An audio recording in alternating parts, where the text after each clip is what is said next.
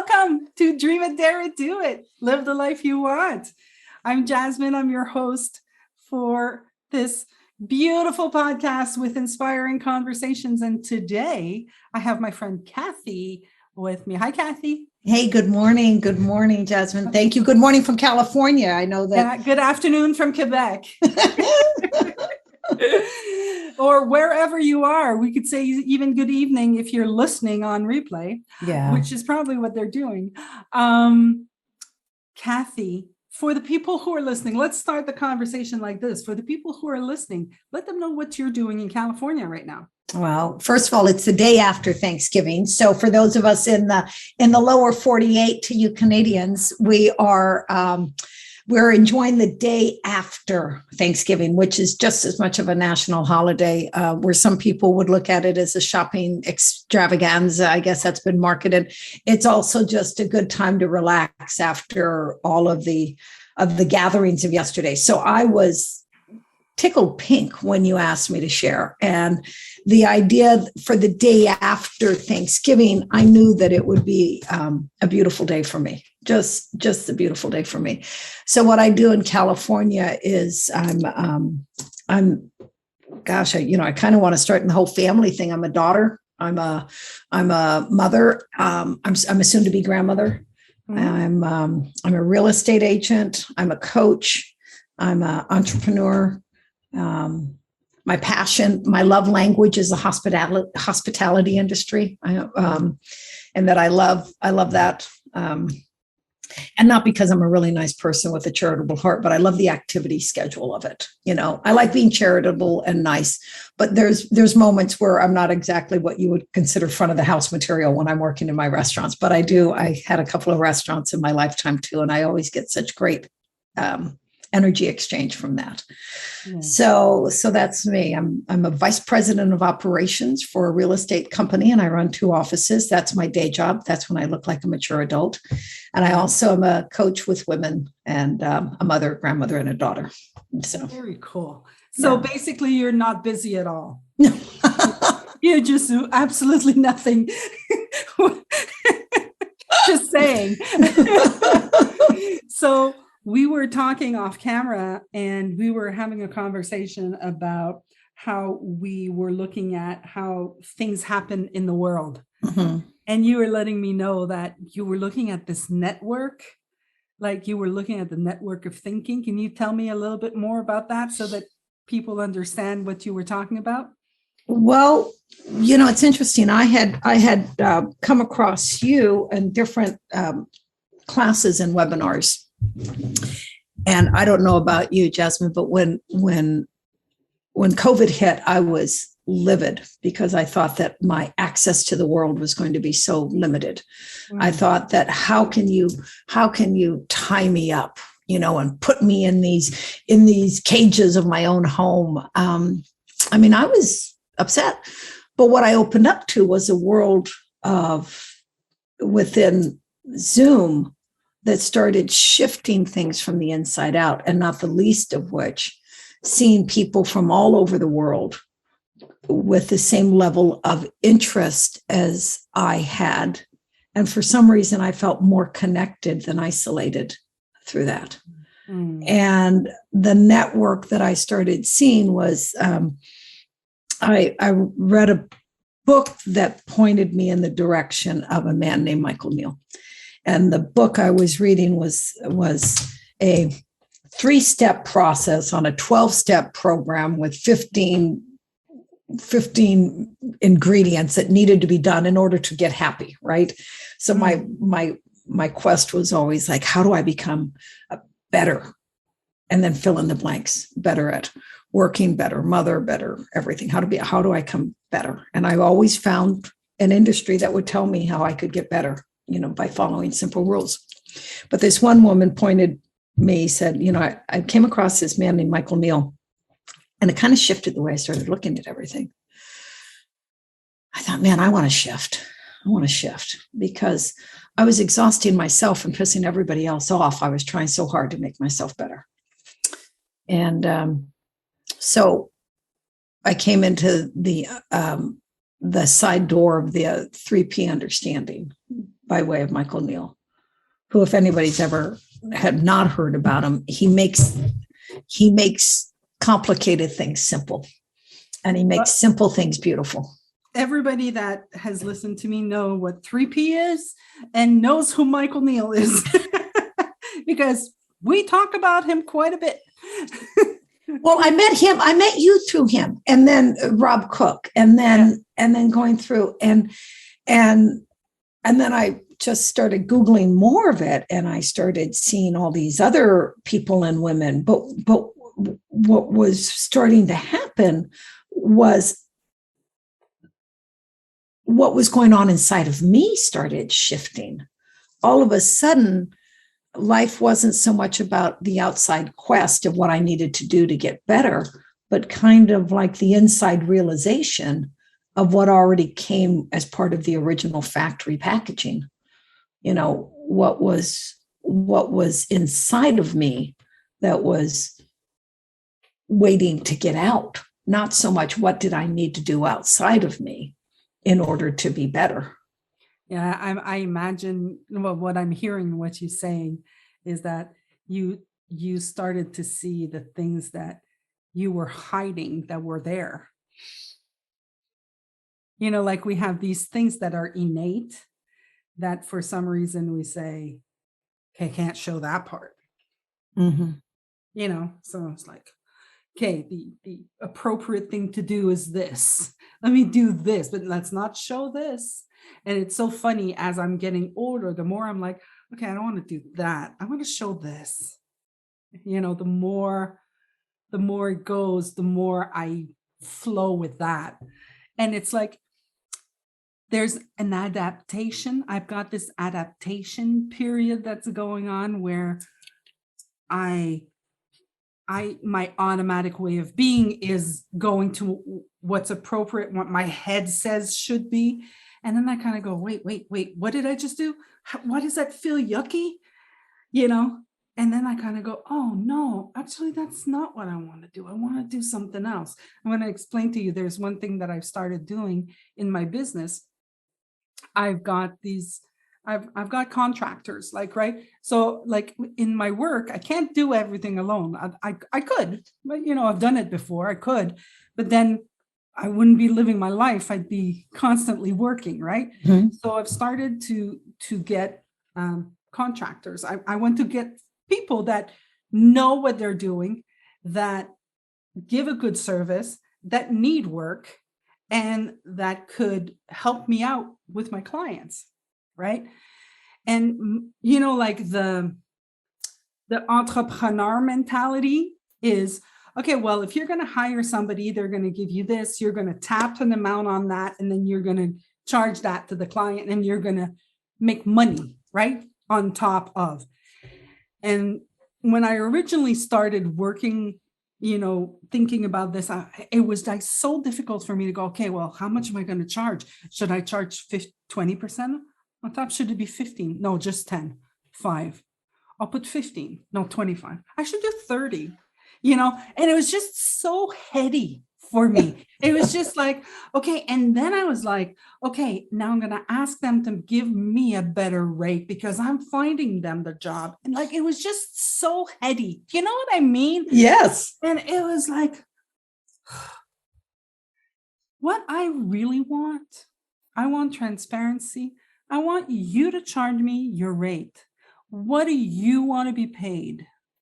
I'm going to charge what I want to be paid, and the client is going to get charged the appropriate amount of money. Yeah. Everybody is going to be happy, and it's going to be transparent everywhere. And it just made me feel so good to just be, oh yeah, there's no manipulating of the content, of the thought, of the thing, of the, you know what I mean? Oh yeah. And it's just so fluid now, and the creativity is there because there's nothing in the way. Yeah. And that realization, the interesting thing in you saying that is that there's all kinds of thinking and steps that I'm sure you you've walked over all your life. But until you realize that yourself, like, wait a minute, why don't I just do what's fair?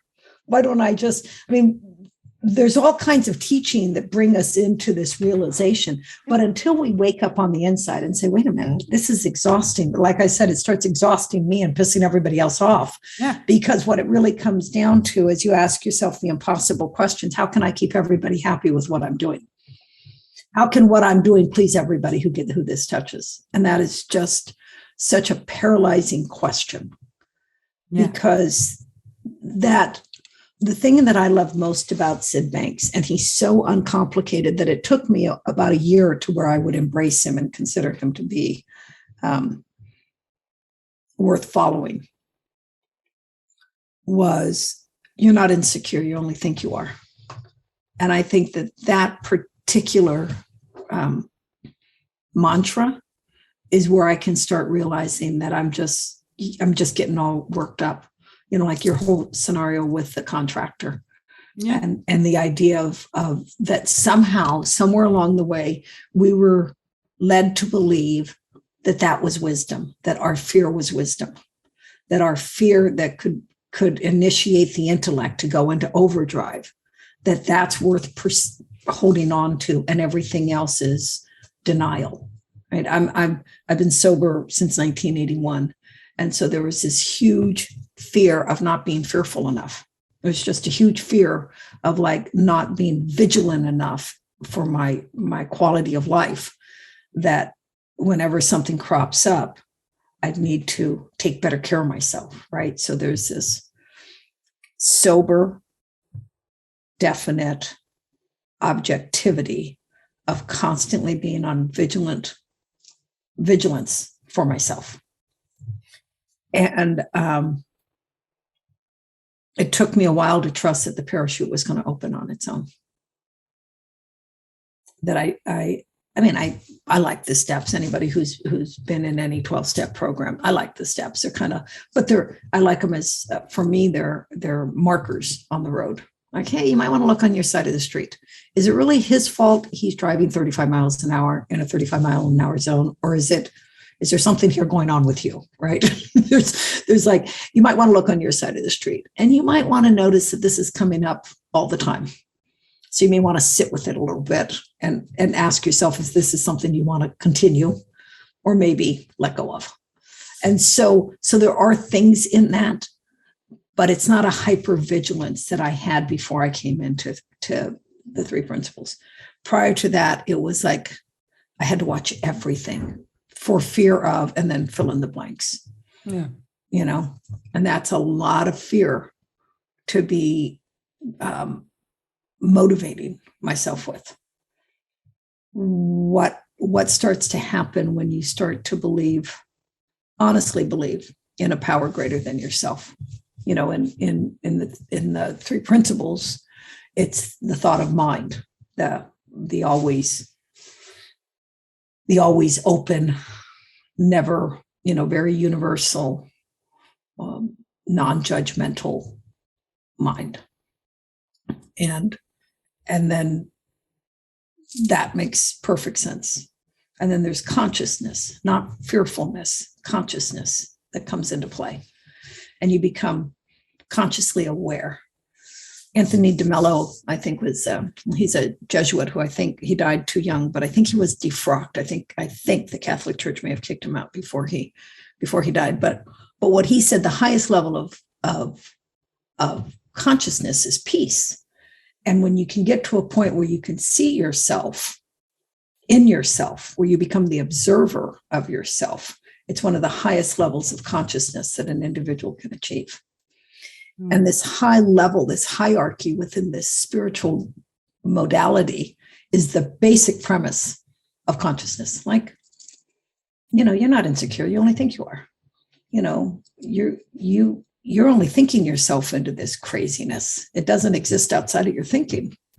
What if you took a back seat to your own thinking? Would the craziness at least reside a little? Would you become less crazy if you weren't caught up in your own thinking? So that consciousness and thought, I have a little love affair with thought, a little love-hate going on with thought, because I don't think all thoughts are neutral. I think love wins. I think that when I think a loving thought, I get another feeling than when I think a repetitive habitual thought. And the repetitive habitual thoughts are the ones that keep me in that little rat maze of going around and around in circles. And so, I talk to Mavis Karn a lot. Mavis says, because I tell Mavis, it's the money thing. I'm freaking out about the money thing again. And she's like, oh yeah, I forgot. That's your favorite one. That's just your favorite thought. And I kind of go, yeah, okay, I got it. So we have these, but also the thing is, like, human beings we're creatures of habit. I've been saying this for years. We do things based on habits. Like, we've learned to drive. This is my, the example that I use all the time. We've learned to drive, and we can, get in the car, pay our bills,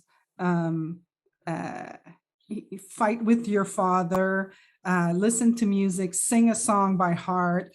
We can do all of that while driving a car and totally forget that we went from point A to point B, because the human body is made, like, human beings are made in such a way that we can do things by memory. And there are these thoughts that we have that we just repeat all the time. And they come naturally, they come by habit, but we're not conscious that I'm saying I'm going to talk about me, so, and if it fits for you guys, it fits for you guys. But for me, I see that when that recurring thought happens, I kind of go, well, if it's back, it must be true. If we keep coming back, there must be something to learn. And I look at the content of the thought. What should I learn in the content of the thought? And maybe the thing that I need to learn is, it's a habit, girl. Just get off it. It's going to pass. That could be the learning, not, what do I need to learn about money that's going to make me stop thinking about this? Nothing. Because you know what? I have more money in my bank account now than I had in prior years. And I'm still as anxious as I was in prior years. It makes no difference. It's just a thought that keeps recurring. Well, it's interesting because I love that. And because I often think that I should be fixed by now, right? The recurring thoughts need to go away now because I'm tired of you. Yeah. And now you're old enough, Cathy. They should be done. I'm just saying. And let's look at all your spiritual energy that you've put into the world. And so that should wipe out all the karmic engineering around that. But I think what happens is, and I love listening to your comfort with the thoughts, is that I'm not afraid of them anymore. I'm just not afraid of them anymore. And maybe they do have a Post-it note for me. Maybe they do have a, hey, how long do you want to sit with this? Right. For me, self-righteous indignation is one that I think deserves more time and energy than pity. Right. So I won't be a victim, but I'll be a martyr. And then I'll get center stage with that one instead, until it becomes so tiring. Now, just because I go into observation with myself doesn't mean that I don't know. I was listening to a thing with Aaron Turner yesterday, and he said something that really got me, because I'm with Rohini and the Rewilding Guides. I've been a rewilding guide with her for a while, and I just adore her program. So Aaron Turner did a talk, and he said, I don't need to release my mania on the world. And I thought, yeah. You see, because when people ask me, who do I want to coach? Right. And you and I talked about this at the beginning. It's like, you find your people find you. But in reality, one of the things that I love, and I love it about myself, and I love it about anybody else, I love it about people. I like people who like taking responsibility for themselves, not for their perfection, but just for showing up. It's just like, just show up. And where do I get all tied up about? When and again, I can psychoanalyze this to death, but when I get blamed for what other people don't want to be responsible for, and I think that's what I love about coaching. I think what I love about coaching is people show up and say, can you help me? And I can say, well, I hope so. Let's talk. I hope this is a place where you can come, just like you with your business. It's like when they show up and say, I need help, can you help me? And you'll say, yeah, let's do this. And at the end of the month, if the books don't balance or if the things, then let's recalibrate and let's do it again, because life is like, if it does anything, it gives you opportunities to continue to show up, to just continue to show up. It's kind of like we were having this off camera, we were having this conversation, we were looking at, we have mind, thought, consciousness, and there's this factory, and we basically, there's thinking that comes out, and then we bring it into ours, and then we do something with it, and then we, put it out in the world, or we don't put it out in the world. We keep it inside, and then we judge the crap out of ourselves, and then we just stay in place. Mm-hmm. So we can do that. Does anybody know what it is to just stay in place for a long time? Yeah. Yeah. Well, I know that too. And I know what it is to just, okay, enough is enough. Let's go. Let's do this.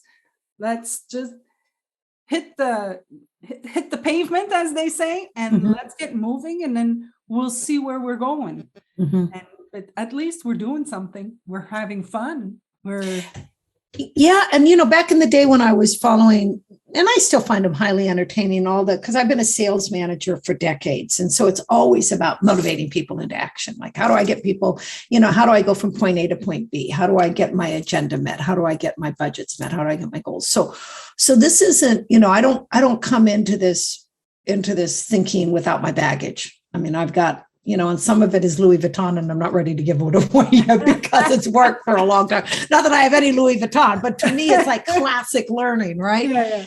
But Jim Rohn used to always say, you want to become a millionaire, not because of the money, but because of the person you become in the process.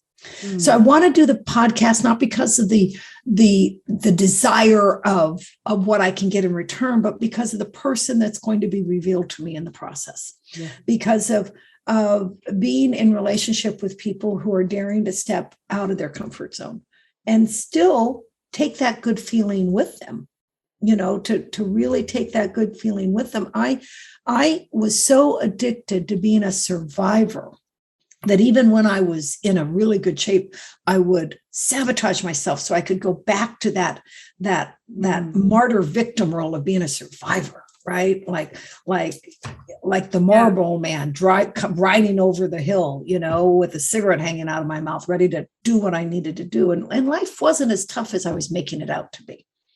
But I felt that I couldn't feel the fullness of life if I wasn't somehow living in my own self-created trauma.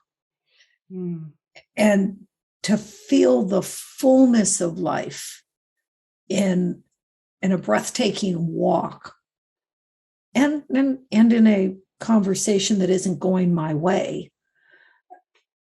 is a much deeper feeling.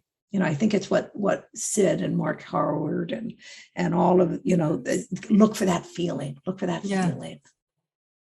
Yeah.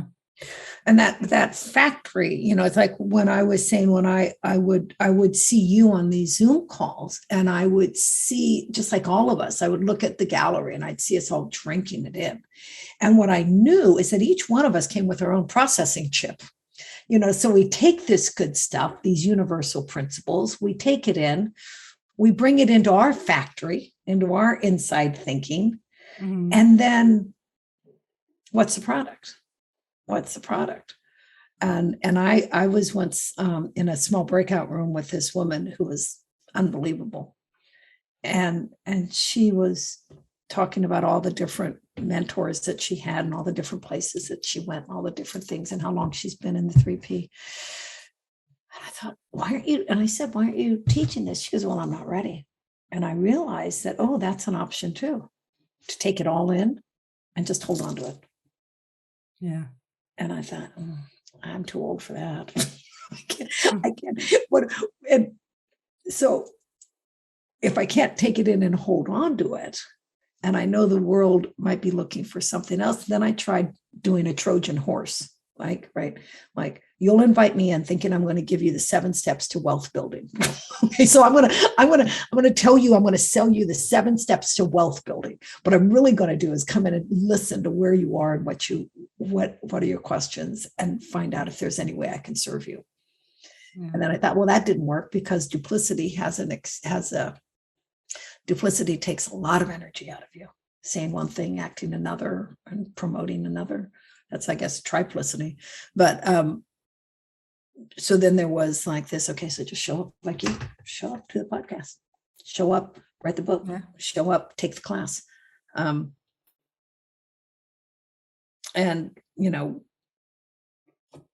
come out of the factory. I was in a CTI with Michael last year. CTI is creating the impossible, by the way, people. Yeah. So I was in his last year program, and I was on about day 30. And I wanted to write a book, and I got in the double program, right? So not only was I going to be in the CTI, but I was going to be the CTI for writers too, write the book. And then he says, well, why do you want to write the book? I said, well, because I want to give a TED talk. I want to give the TED talk. And he goes, why don't you just go do the TED talk? It's like, can I just go right to the front of the line? Am I allowed? You're like, am I allowed to change? Don't I have to write a book first? Don't I have to be worthwhile? Don't I have to go be and do something worthwhile before anybody would ever do that? And so what I found out is there is a lot I have to do the TED talk, but it has very little to do with writing a book. So it's like the road I'm on now, I had to get on before I could go down it. And that was where overthinking kept me, in the clouded thoughts of setting myself up to run this race, when in reality, what I needed to do was going to take me in that direction.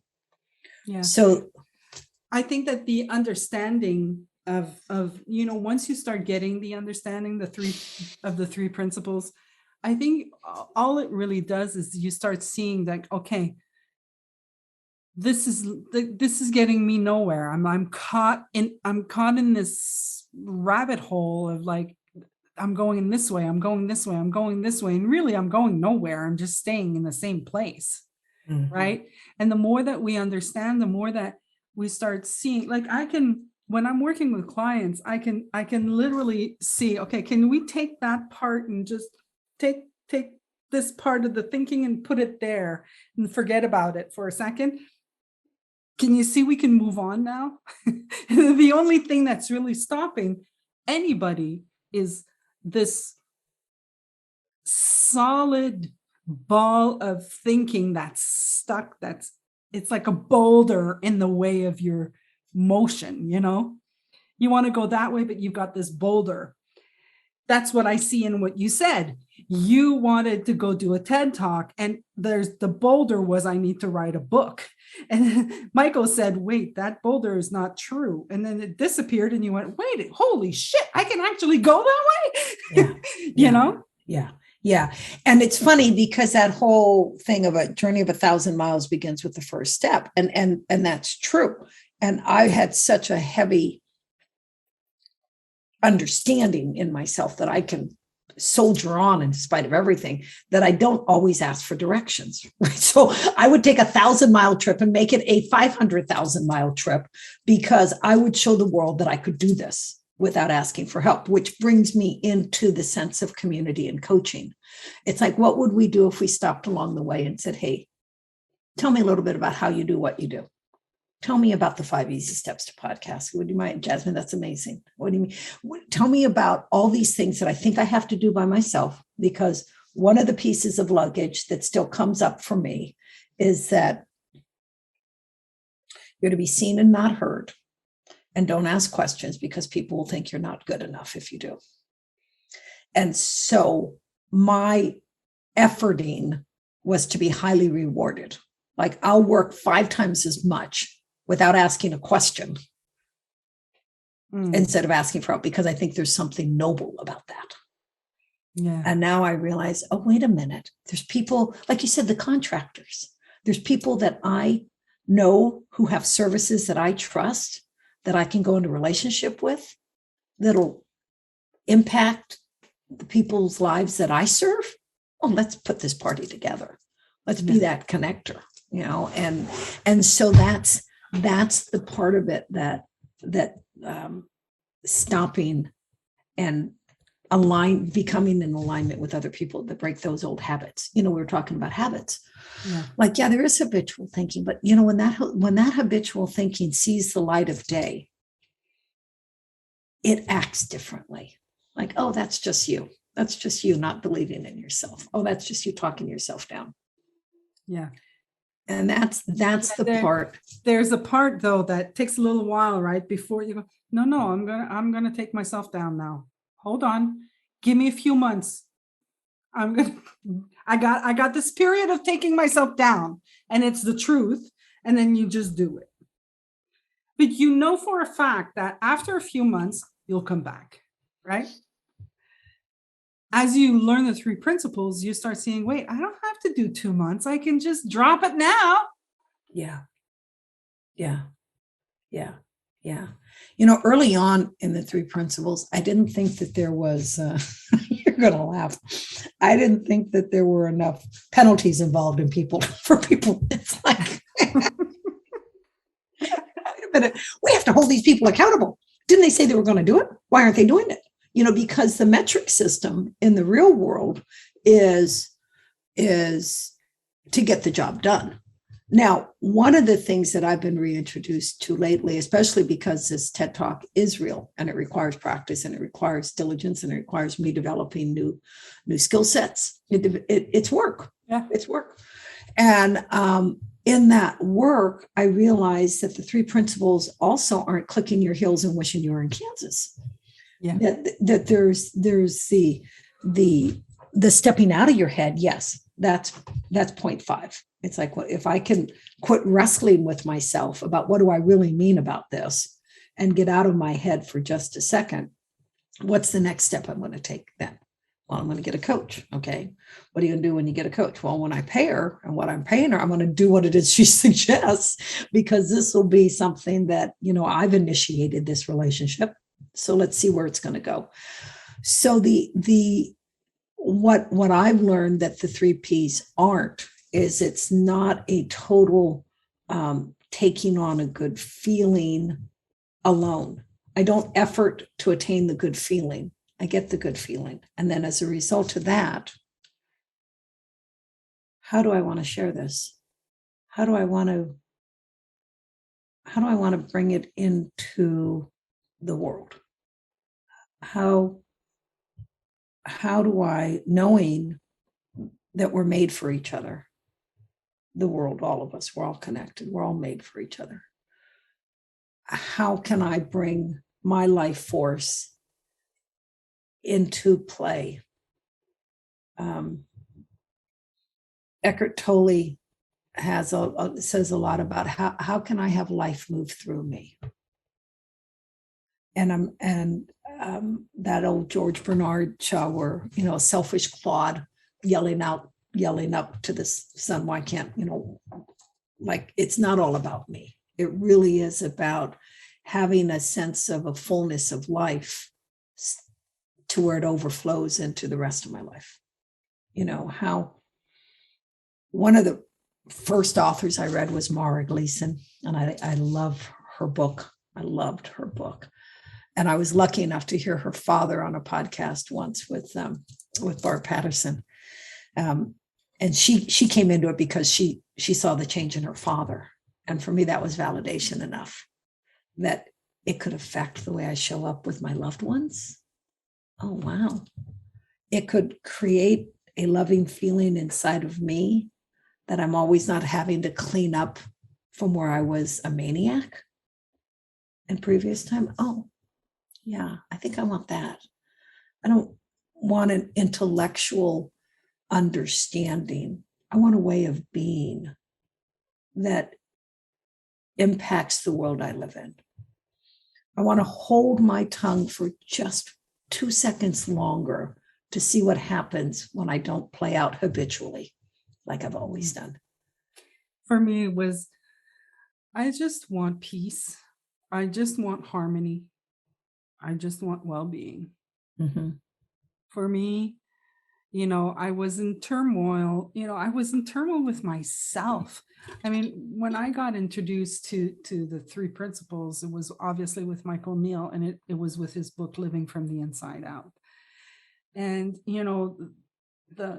the realization that all of the turmoil that I had inside of me came from what I was thinking transformed my life.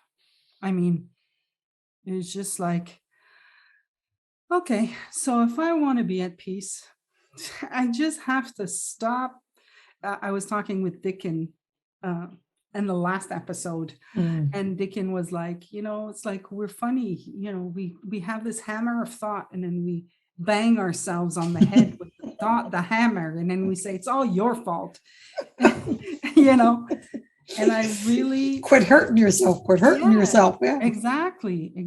When you can just see that, okay,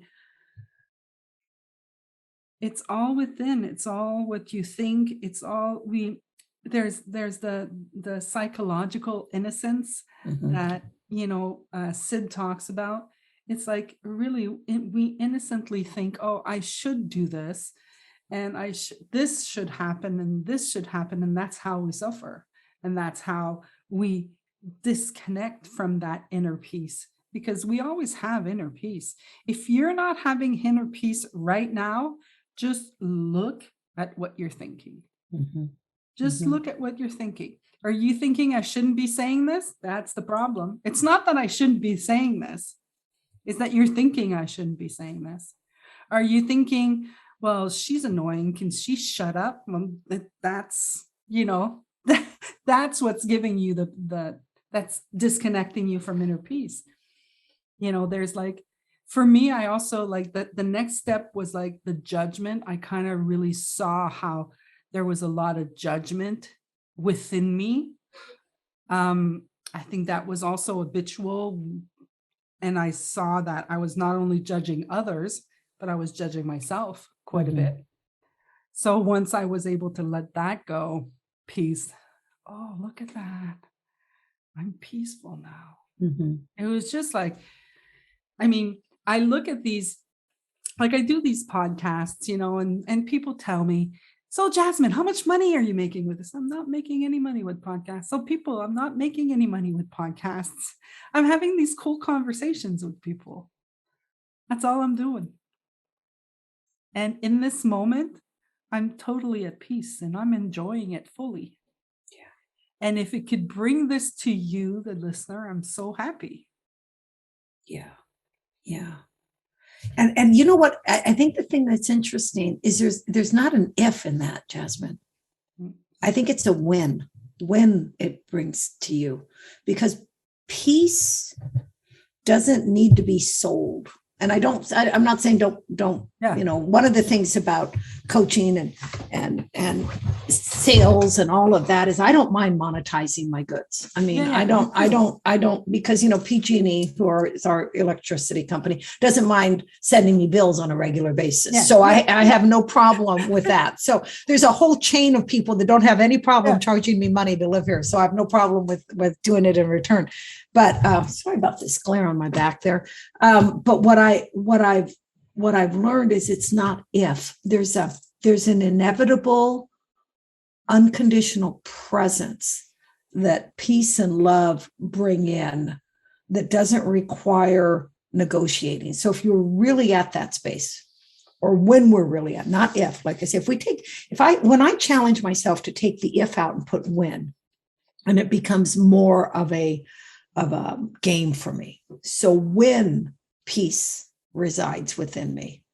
I mean, I had just entered into the understanding with Michael Neal and Mara Gleason and all the other coaches I was listening to. And I was in a negotiation with somebody, with my partner. And it was, we were getting a divorce.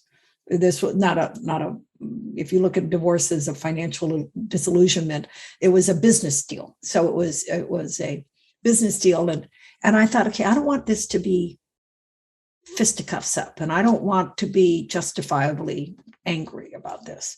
How do I make this a mutual win-win, and then win-win-win? Everybody wins. How do I do this?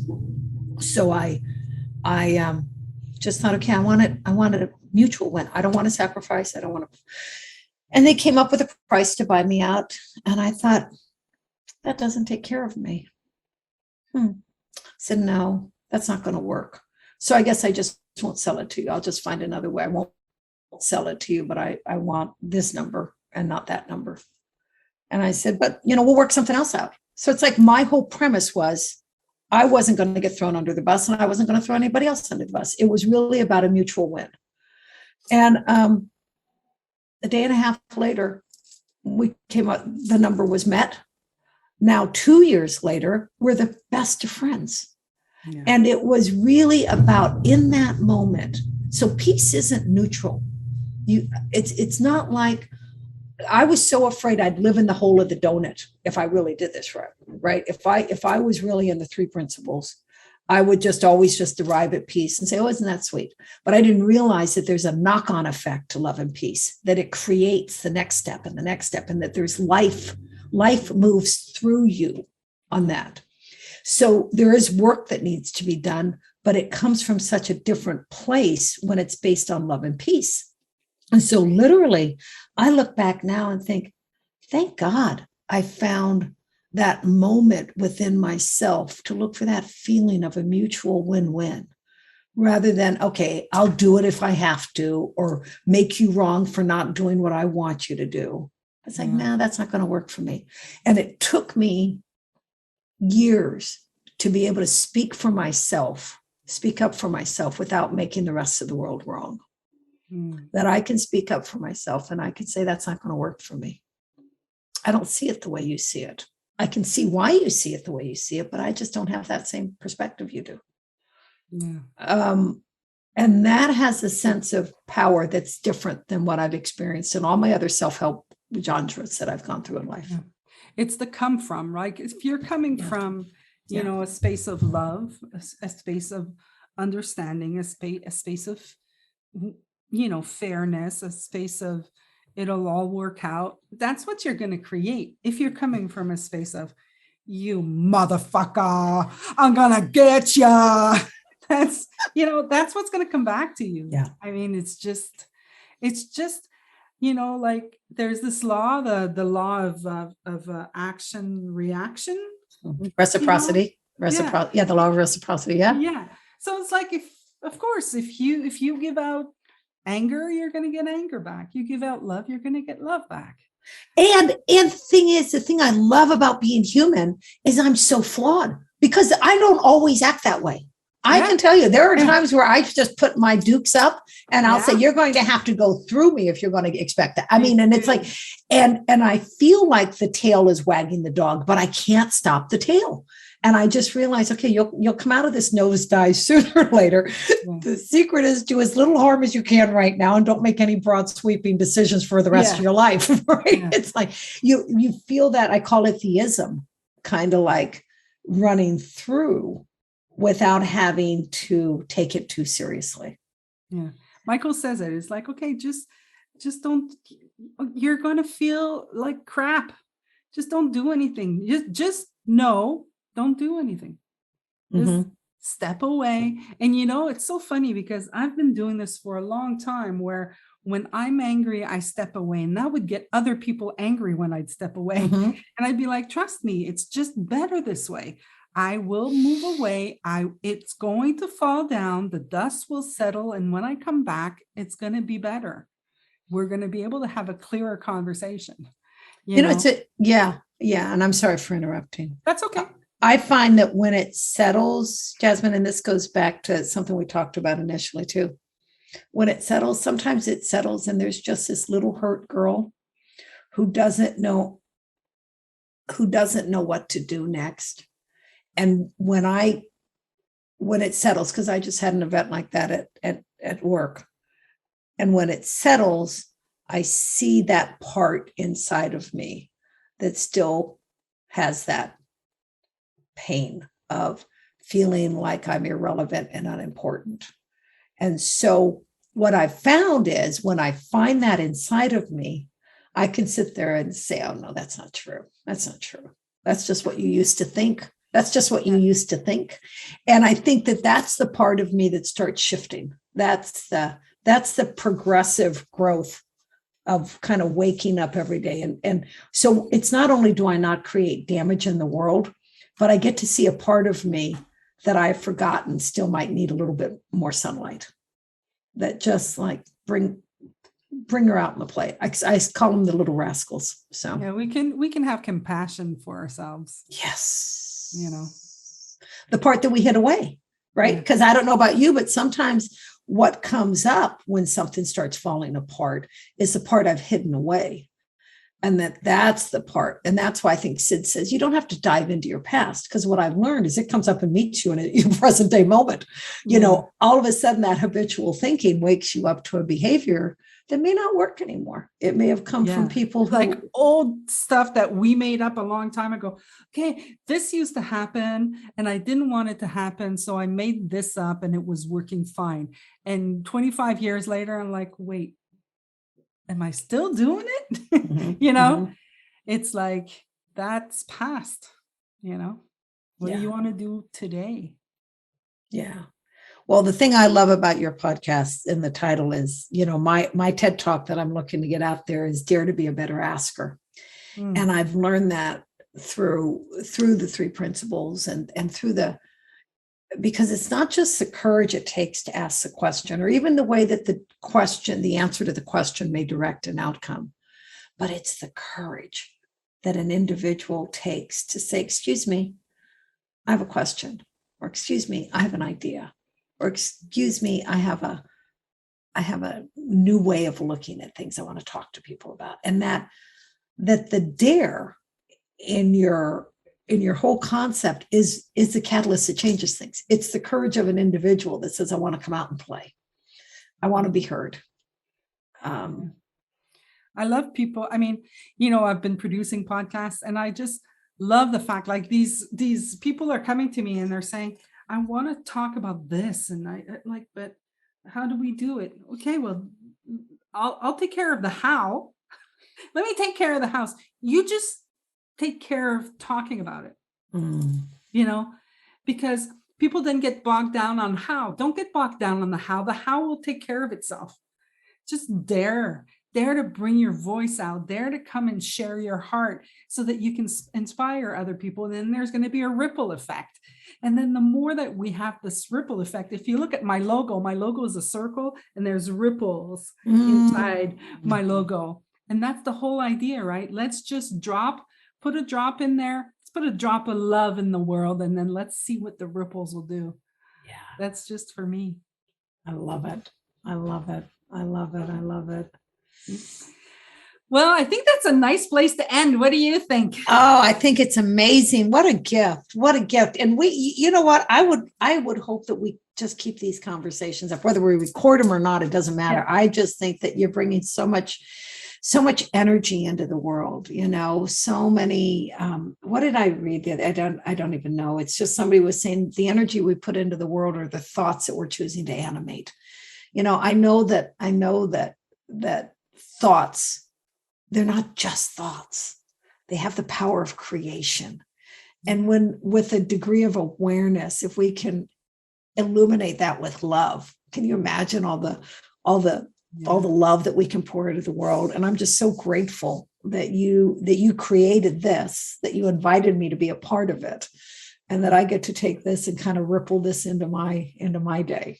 Yeah, bring it in. Share it out. I love it. I love it. I love it. And thank you so much for asking me. Yes, ma'am. Before we leave, do you have let's say somebody's listened to you and they're like, I want to talk to Cathy. How did they get to reach you? Oh, you're so sweet. Well, CathyScharetg.com. I do have a How do you say it? website. Scharetg? Scharetg. So Scharetg. Okay. so it's Cathy with a C, CathyScharetg